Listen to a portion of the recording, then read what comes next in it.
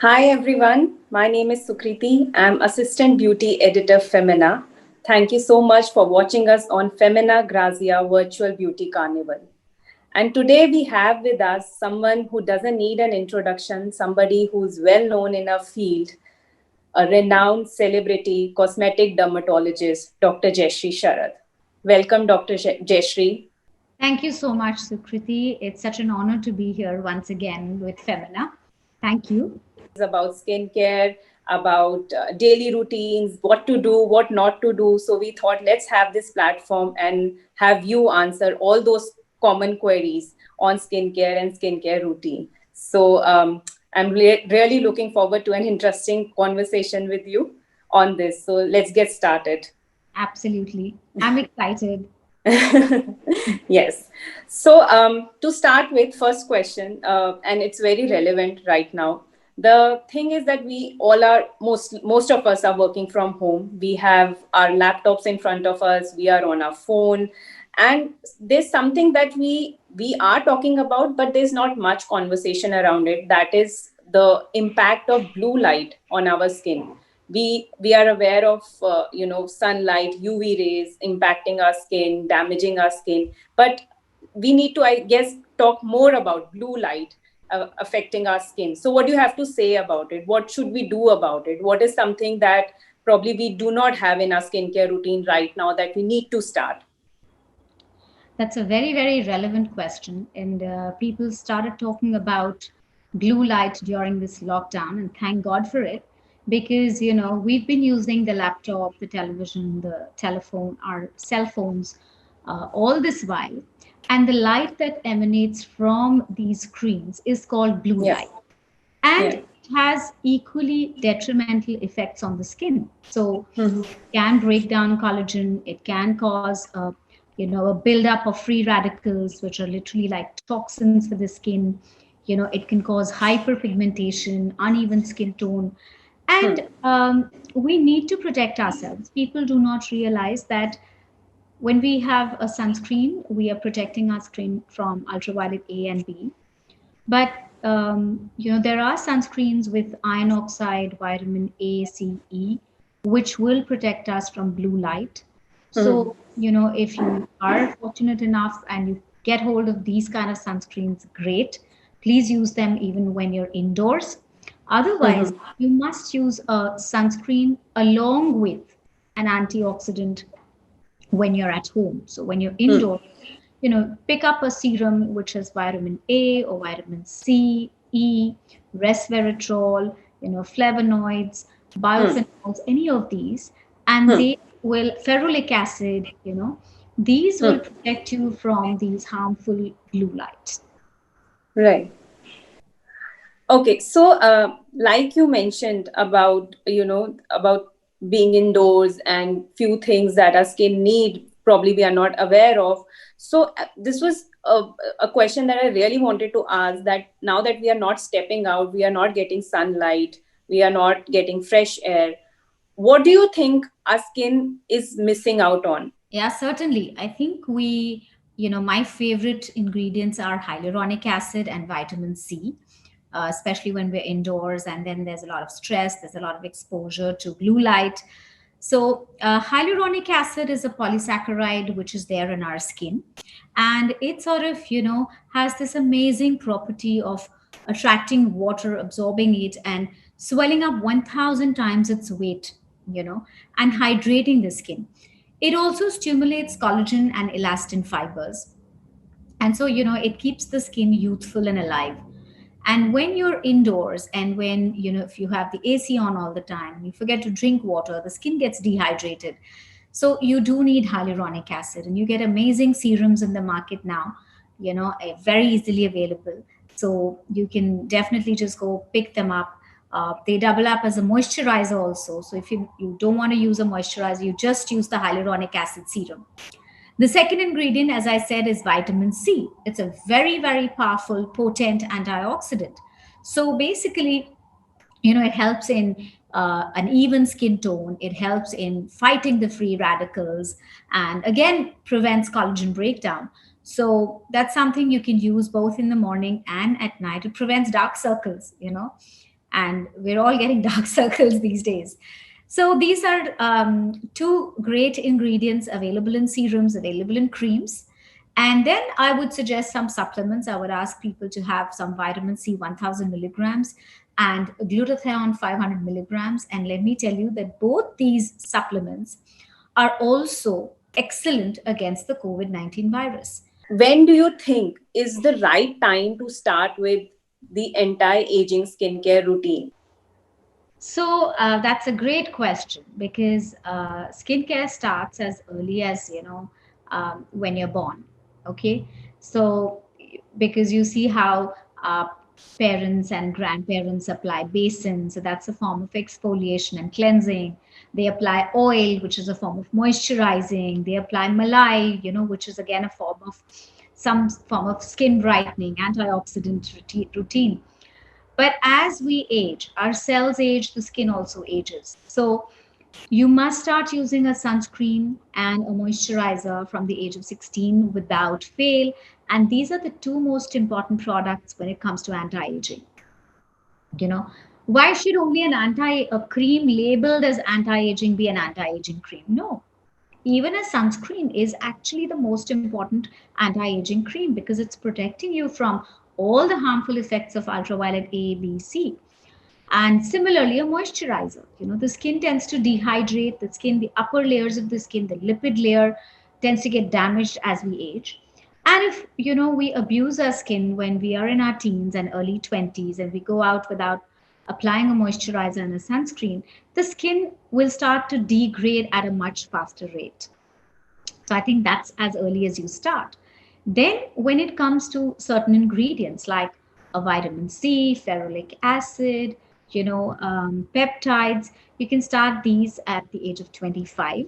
Okay, these are also antioxidants, and so antioxidants are again anti-aging. And then when you want to add things like retinol, coenzyme Q10, polyphenols or resveratrol, you start at the age of 30.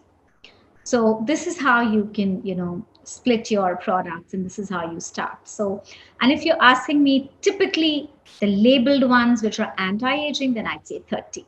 So I think, yeah, that really clears that doubt. Uh, are there any combination of these acids that are like strict no, or combinations that work really well? How do you explain working with acids for skin? Right. So not all acids are harmful just because they are acids. Hyaluronic acid I just mentioned. I said it's an acid, but when people think of acid, they think it's the acid which causes burns, right? But it's an acid because of a chemical formulation. So that doesn't make it caustic. Every acid need not necessarily be caustic. It need not irritate the skin. So that's the myth number one. Then there are loads of acids, as you said, available in the market today. We have alpha hydroxy acid serums, which comprise of glycolic acid, which is nothing but sugarcane extract. Then you have lactic acid, which is milk extract. You have mandelic acid, which is bitter almond extract. So these are alpha hydroxy. Then you have beta hydroxy acids like salicylic acid. And then you have retinoic acid, which is a derivative of vitamin A. Then you have polyhydroxy acids. Now, what is the role of all these? So, glycolic acid is very typically used for anti-aging, for fine lines, wrinkles, open pores, dilated pores, and also for an uneven skin tone. Can be used in any age group above the age of 20. Then you have mandelic acid. Now, glycolic acid can sometimes irritate the skin, so you have to be very careful. And if you have dry, flaky skin, then don't use it. If you have sensitive skin, don't use it. If your skin is oversensitive or if you're taking some anti-acne treatments, then you can use a mandelic acid. So it has a larger molecule, so it's less irritant as compared to a glycolic acid. So it does what a glycolic acid will do, but it will do it at a slower rate. Glycolic acid is more potent, but it won't cause any kind of irritation or rash or burn. Then you have lactic acid. So if the skin is really sensitive and dry, then you use lactic acid because it also has moisturizing properties apart from its skin lightening properties. So if somebody has uneven skin tone, then that person can use lactic acid. And also if the skin is dry and patchy, then lactic acid is great. If people have whiteheads, blackheads, or acne prone skin or very oily skin, then you can use the beta hydroxy acid, which is salicylic acid. So, salicylic acid is lipid soluble, which means it is going to get into the deeper layers of the skin and it's going to just dissolve the fat or the oil which is secreted by the sebaceous gland.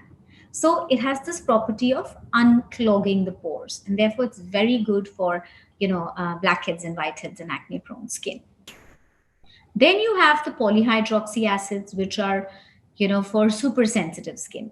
Okay, so people who break out into a rash or develop rosacea or have like a lot of redness on their face, those, itchy skin, burns when you step out in the sun. So they can use polyhydroxy acids like gluconic or lactobionic acids because they are, very, very mild, and they still have the efficacy and the potency to improve the skin texture and tone. Then finally, we have retinoic acid, which we talk about, which again is one of my favorites. But one has to learn how to use a retinoic acid or a retinol, which is Absolutely. I think, yes, that's needed. yeah, because retinol, our skin tends to have a love-hate relationship with it. When you start using it, the skin gets very dry, it gets flaky, it can peel off, and in 2 3 days, one will get so scared and stop using it. But that's not what you're supposed to do. What you're supposed to do is take about a pea size or even less and just dab it on your face. Do not touch the corners of your nose, the corners of your lips, and under eyes. So spare these areas and dab it on the rest of the face, and just that much for the entire face and neck. And then, very gently massage it. So that's rule number one. Rule number two is only do it twice a week. And rule number three is always use a moisturizer when you're using a retinol, and always use the retinol at bedtime. That's the fourth rule. And the fifth rule is if you're using retinol at bedtime, you must never forget to use a sunscreen in the day. So these are some things that you have to remember. And retinol, it's better than any of these ingredients that I've mentioned, but it's a little tricky. You have to learn how to use it. And it's like a multitasker, so it's anti-aging. It also helps in hyperpigmentation. It prevents fine lines. It reduces your pore size. And it's very good for acne. People who get pimples, you put little retinol, it just dries up for acne marks. But extremely unsafe in pregnancy and if you're breastfeeding, so lactation, again, you should not be using retinol. The scare, the apprehension around getting a skin treatment, whether it's injectables or laser treatment or anything, people are still little scared of going for such treatments. Why do you think is that, and how do you explain that, that it's fine to go for these, and it's absolutely safe? How do you want to start on this thing? So, there's not a little, there's a lot of apprehension. And people think that, the skin, you always need natural things for the skin, and you should not be doing a chemical peel or a laser because you're damaging the skin. And when they think of laser, they think, the internal organs are getting damaged. Now, when it comes to peels, as I just mentioned, the glycolic acid and mandelic and lactic and all these are all plant and these kind of extracts. Salicylic acid also is winter birch. So just because they are called chemical peels, the word chemical, just like the word acid, is again a misnomer. It's something that's just instilling fear in you, and for no reason. So these are all fruit acids and plant extracts, mushroom extracts, like we do arginine peel, which is a mushroom extract, Kojic acid peel is again a mushroom extract. So you should not be scared of them. The side effects happen when somebody who's not trained, does the peel and uses a higher concentration. Now, when it comes to lasers, lasers have a specific wavelength. So, because of this wavelength, they cannot penetrate beyond the deeper layers of the skin. All right. Then there are some lasers which will go up to the subcutaneous tissue. That means just below the skin, there is a fatty layer. So the laser can only reach there. So there is no way on earth a laser can penetrate into your inner organs and damage your kidney, liver, uterus, heart, whatever, whatever. It cannot. It's impossible. Uh, yes, if you use very high energies and you use the wrong parameters, you will end up with a burn or a scar. Again, that go to a place, do not look at costs. There are places which will give you like dirt cheap prices. And then, you end up with some form of side effect. Then comes the role of the patient. So the patient who is getting it done, first of all, if you have had a holiday, then you have to wait for a week, because we do not do these treatments on tanned skin. Secondly, you can't do a treatment and just run out to the beach or plan a holiday the next day, because you must, after a laser or a peel, make sure you do not go out on the beach, you do not do steam, sauna, any kind of facials, any kind of exfoliation for a minimum of 1 week. In fact, I say 2 weeks, because sometimes when you've done a chemical peel, the skin is exfoliating for up to 2 weeks. So the do's and the don'ts pre and post the treatment are very, very important. But what I really love is fillers, as you know, Sukriti. Like, somebody can just wake me up in the middle of the night and say, do fillers, and I'll just get up and say, yes, I want to sculpt the face. And as I was telling you the other day that, I was telling my husband, if it was not for the cost, if I just got fillers for free, I would just take each and every individual, make them sit and sculpt their faces, not to make them look different, but just to take away a couple of years and bring back that youthfulness, in them. The person who's doing it has to have a very aesthetic eye, a really the eye of a sculptor. And what we do with fillers is we rebuild the foundation by putting in fillers at the right places. If you put it in the wrong place, you've had it. So put it in the right places and lift the face. I The cannot. two takeaways probably from this is, as you said, is obviously going to a trusted place, an expert who has the skill to do it, who has the certification to do it. And second thing that you mentioned, which is very important, is always to keep in mind that less is more. So not that, like you said, lips walking in before you do, or cheeks walking in Always, before yes. you do. So yeah, so that, I think the Very two important. major takeaways about And the third takeaway is quality. Never, yeah, it's the face. Do not yes, compromise on quality, even when it right. comes to cosmetics and skincare products. Doing in our daily skincare routine can probably get us closest to that Instagram, that photo ready skin. So, that glass skin or radiant Instagram friendly skin doesn't happen overnight, right? And it doesn't happen with any one skin treatment. So there are two things that one has to remember.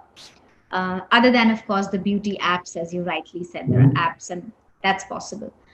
So it is something holistic. Skincare is holistic. So right from eating right, eat healthy, have a lot of fruits and vegetables, avoid preserved food, avoid aerated drinks, avoid smoking and alcohol as much as possible, and if possible, just don't have them. So these are important. Then sleep is equally important, because you want the sleep hormones to function properly. So sleep on time, sleep early, sleep for about 6 to 8 hours. Then you need to exercise at least for half an hour every day. That's very important, for not just for your body and fitness and everything, but also for your skin, you know. So that's the third important thing. Then a good skincare routine. So cleansing, moisturizing, and using a sunscreen in the morning, very important. At least these three. And at night, you have to remove your makeup, cleanse your face again, And then again, use probably a nice under eye serum, and you can use another serum on your face, follow it up with a moisturizer. Always make sure you are applying your product on the face and the neck, and also apply something on your hands and your legs. So your body has to be moisturized as well. After the skincare, of course, you can do DIYs. You can. My favorite one is papaya. I love to eat papayas, and I always take like a little small, tiny little piece with the peel, and I mash it, or I put it in the mixer and make a little pulp out of it with the peel again, and apply it on my face. And sometimes I add a little aloe vera, pure aloe vera from the plant. You just take the gel and mix it with this papaya and the mashed papaya, and apply it on your face. Leave it on for about 10-15 minutes. Papaya's got vitamin A, beta carotene, papain, all these antioxidants. So, and aloe vera is an amazing wound healing and soothing agent. So, you apply it at the skin in about 15 minutes, you wash it off. The skin looks really bright and radiant. However, there are some people who would be allergic to aloe vera. You'll be surprised, but yes, there are people with atopic skin. So you've got to be very, very careful and do a test patch if it is your first time. Then another nice one is, the rice or red lentil scrub. So you can either take just the uncooked rice and, like a spoon of it, and you can take a teaspoon of red lentil, which is masoor ki dal, and then again mix these two, powder them in your mixer, and then you can add a spoon of honey or a spoon of yogurt or aloe vera, any of these three, make a nice paste, and it's a very nice gentle exfoliant. So you can scrub your skin with it maybe once in a week, and removes the dead cells, it unclogs the pores, it brightens the skin. And another thing is, if you don't want to add honey or yogurt, I don't add either of them. I add rice water. So, the starch that is there has skin lightening, skin brightening. I shouldn't use the word skin lightening, skin brightening properties. So you mix that, add that to this powder, make a nice paste out of it. You can apply it as a mask for about 15 minutes and wash it off. So that again makes your skin look really bright and Instagram ready. So these are my two favorites. That's there. And then finally, skin treatments, I think, Yeah. is yes, all Yes. and you can do treatments, you can afford to do treatments which have downtime. So if you have acne scars, you can do the fractional lasers, you can do the microneedling, then you can do the vampire facial if you want a good skin rejuvenation. You can do the fillers, nobody you want to do lip fillers, this is the time, because you're hiding behind the mask. The 2 days of swelling that happens after a lip filler, no one will come to know because you'll have the mask. Yeah, right. I mean, I was in fact thinking that probably, now that we are talking about skincare treatments, I thought there's no better time to do it than now, because you are at home, just get it done, come relax, and then, yeah, I mean, you don't have to worry about going to office with that done and all of And that. people asking you, and also in terms of UV protection. So a lot of lasers that we do, or peels that we do, like the stronger peels where the skin is peeling off, we generally ask you to avoid sunlight completely for about maybe 2 weeks. So this is the best time to do all these treatments. Yeah, And this is the best time. Right, right. Thank you so much, Dr. Jayashree. I hope I've got all the questions, the common queries that we get answered from you, and I think I have, and you've explained everything beautifully. So thank you so much for doing this for us, for answering these questions, and this was, I think, well needed. We all needed this whole conversation around skincare treatments and anti-aging skincare routine. So thank you once again for this lovely thank you so conversation. much, Sukriti. I really enjoyed myself.